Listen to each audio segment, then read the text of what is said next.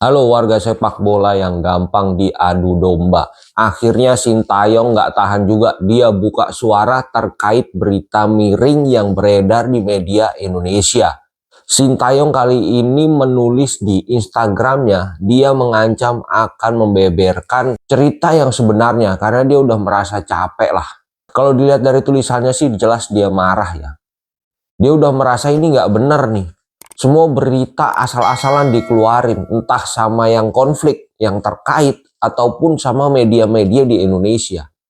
Padahal selama ini dia udah diem tuh.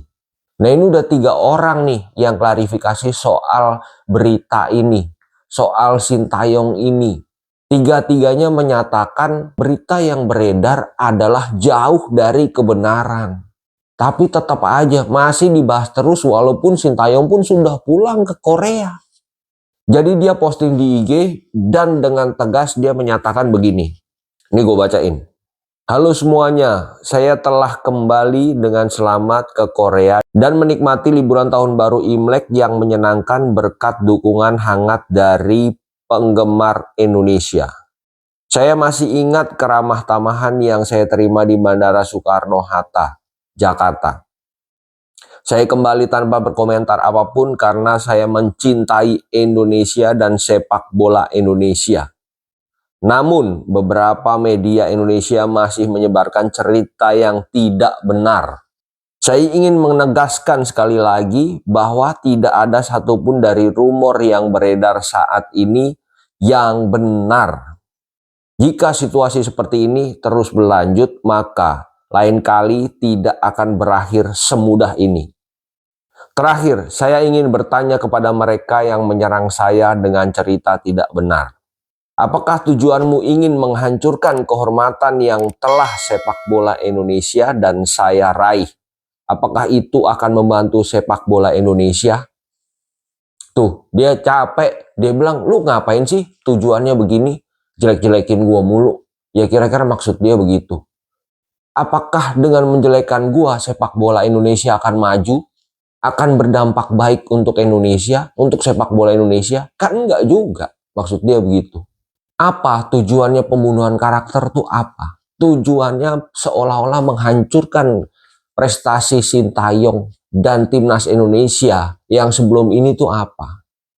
Kalau ingin membuktikan bahwa keputusan yang diambil oleh pengurus adalah benar, ya sudah, tunggu aja di pertandingan berikutnya. Tunjukkan hasilnya.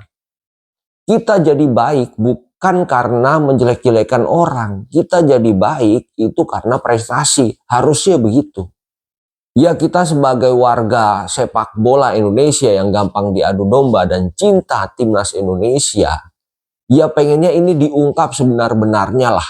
Biar nggak terjadi simpang siur, biar nggak digoreng lagi sana sini. Dan konflik ini nggak berlarut-larut. Ayolah gentle semua. Kalau berlarut-larut, takutnya nih ya, ini berdampak ke pemain. Pemain nanti terseret ke dalam konflik ini. Bukan pemain yang mau ikutan, tapi tahu sendiri kebiasaan orang Indonesia. Kalau posisi terdesak, dia bukan minta maaf, tapi dia mengambil kesempatan dari orang lain untuk membackup. Backup terkuat untuk mencari simpati dari pecinta sepak bola adalah melibatkan pemain. Nanti pemain seolah-olah membuat pernyataan yang kontra dengan Sintayong misalnya. Terus nanti pemain statementnya itu dipakai, dimanfaatkan untuk memperkuat argumen sisi sebelah yang kontra dengan Sintayong. Nanti kalau sudah pemain terlibat, dilibatkan, dipaksa terlibat, ini akan kacau. Ya sebetulnya ini tuh bukan juga 100%.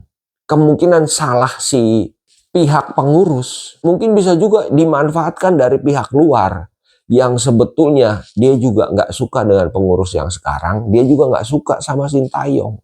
Jadi dia bikin riset, dia bikin berita supaya yang kena adalah pengurus yang sekarang. Sintayong marah dengan pengurus yang sekarang, warga sepak bola ini marah dengan pengurus yang sekarang, kemudian teriak ET out, Pak Erik out, pengurus out, ganti dengan pengurus yang baru. Ya banyaklah yang memanfaatkan konflik ini. Nggak dari sepak bola aja. Bisa juga dari orang-orang politik yang sengaja memanfaatkan keruhnya ini untuk pengalihan isu. Karena sudah terbukti begitu satu isu dilempar, respon masyarakat itu menguasai media sosial. Berita apapun bisa ketutup dengan perdebatan-perdebatan ini. Ya kalau untuk selanjutnya menurut saya pihak pengurus ini akan diam sambil menunggu hasil pertandingan Australia Indonesia dan Bahrain Indonesia. Karena nggak ada lagi yang bisa mengobati masyarakat Indonesia kecuali hasil positif dari pertandingan itu. Kalau lawan Australia hasilnya bagus, lawan Bahrain hasilnya bagus, percayalah pelan-pelan semua konflik tentang Sintayong ini akan hilang. Masyarakat Indonesia tetap mereka akan bahagia, senang karena timnas Indonesia meraih hasil positif. Kemudian semua persoalan dilupakan. Oke, tetap semangat terus teman-teman untuk support timnas Indonesia, tetap respect pelatih yang lama dan support tim kepelatihan yang baru. Jadi ternak STY nggak usah malu, jadilah ternak STY, nggak masalah. Karena lebih baik jadi ternak STY daripada jadi orang yang tidak tahu berterima kasih. Dan gentle, kita harus menghargai keputusan federasi untuk mensupport kepelatihan yang baru demi tim nasional Indonesia. Oke, gitu dulu. Jangan lupa subscribe.